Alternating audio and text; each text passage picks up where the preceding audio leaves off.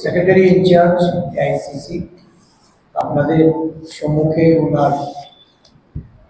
রাজ্যের যে অবজারভেশনগুলি তুলে ধরেছেন, আমরা প্রদেশ কংগ্রেসের পক্ষ থেকে ওনাকে এই স্বল্প সময়ের মধ্যে রাজ্যের পরিস্থিতি সম্পর্কে অবহিত হয়ে উনি গতকালকে আলোচনায় আমাদেরকে একটা কর্মসূচি হাতে নেওয়ার জন্য আমাদের দলের পক্ষ থেকে যে নির্দেশ আমাদেরকে দিয়েছেন, এখানে উপস্থিত আমাদের সিডব্লিউসি মেম্বার সুদীপ রায় বর্মন, আমাদের মাননীয় বিধায়ক প্রাক্তন সভাপতি প্রদেশ কংগ্রেসের শ্রী গোপাল চন্দ্র রায়, আমাদের প্রাক্তন সভাপতি বিশিষ্ট আইনজীবী পীযূষ কান্তি বিশ্বাস, আমাদের মিডিয়া ডিপার্টমেন্টের ইনচার্জ, আমরা আপনাদের সকলে অবগতির জন্য জানাচ্ছি, আপনাদের মাধ্যমে রাজ্যবাসীকেও জানাতে চাইছি, রাজ্যের এই ভয়াবহ পরিস্থিতি একদিক থেকে চলছে রাজ্য জুড়ে এই বন্যা কবলিত মানুষের তাদের ত্রাণ সামগ্রী, তাদের পুনর্বাসনের ক্ষেত্রে দলবাজি, একটা উদাসীন প্রশাসন, রাজ্য জুড়ে মানুষ আজকে এই বন্যা কবলিত এলাকায় তাদের কর্মসংস্থান হারিয়ে তাদের বাসস্থান, তাদের নিরাপত্তা সব দিক থেকে একটা ত্রাহি অবস্থা। তার মধ্যে চলছে অন্যায়, অবিচার, উৎপীড়ন, নিপীড়ন, মহিলা থেকে শুরু করে রাজ্য জুড়ে সমস্ত অংশের মানুষ শাসক দল বিজেপি এই ধরনের অন্যায় এবং অত্যাচারের কাছ থেকে পরিত্রাণ পেতে চাইছে। অগণতান্ত্রিকভাবে একটার পর একটা নির্বাচন যারা সম্পন্ন করে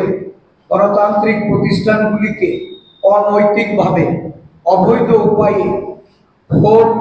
প্রহসন করে যারা দখল করে নিয়েছে, আরক্ষা প্রশাসন, রাজ্য নির্বাচন কমিশন শাসক দলের দলবিবাহক হয়ে কাজ করে চলেছে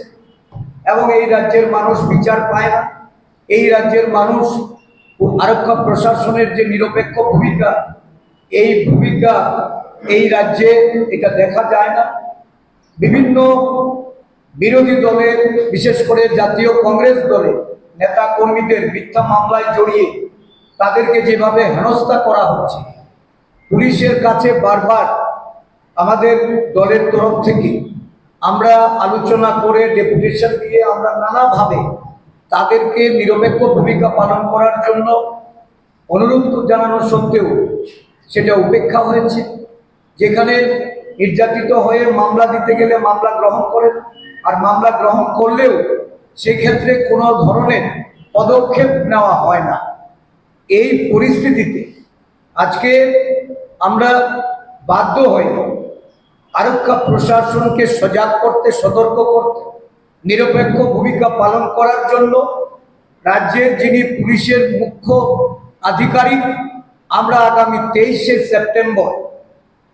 মুখ্য আধিকারিকের অফিস ঘেরাও করব এবং সেখানে অবস্থান করে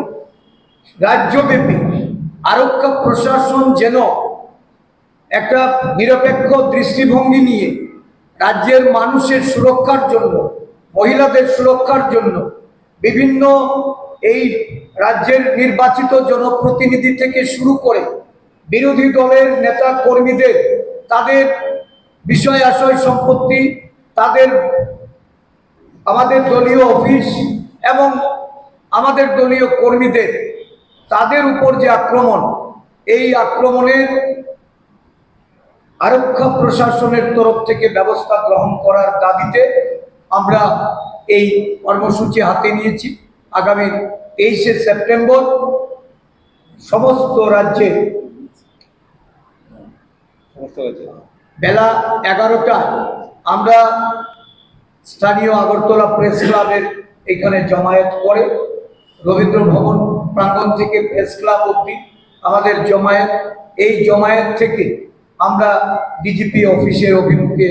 আমরা সেখানে যাব এবং সেখানে ঘেরাও কর্মসূচির মাধ্যমে রাজ্যে আরক্ষা প্রশাসনকে সজাগ করার জন্য, সতর্ক করার জন্য আরক্ষা প্রশাসনের রাজ্যব্যাপী একটা গণতান্ত্রিক নিরপেক্ষ কাজ করার দাবিতে আমরা এই আন্দোলন কর্মসূচি আমরা হাতে নিয়েছি। এই কর্মসূচি বাস্তবায়নে রাজ্যের সমস্ত গণতন্ত্র প্রিয় মানুষকে এগিয়ে আসার জন্য আহ্বান রাখছি। কংগ্রেস দলের সমস্ত নেতা কর্মীরা আজ থেকে তারা বিভিন্ন অঞ্চলে যাবে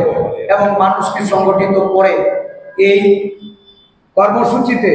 অংশগ্রহণ করার জন্য তারা দায়িত্ব নিষ্ঠার সঙ্গে পালন করার আমি অনুরোধ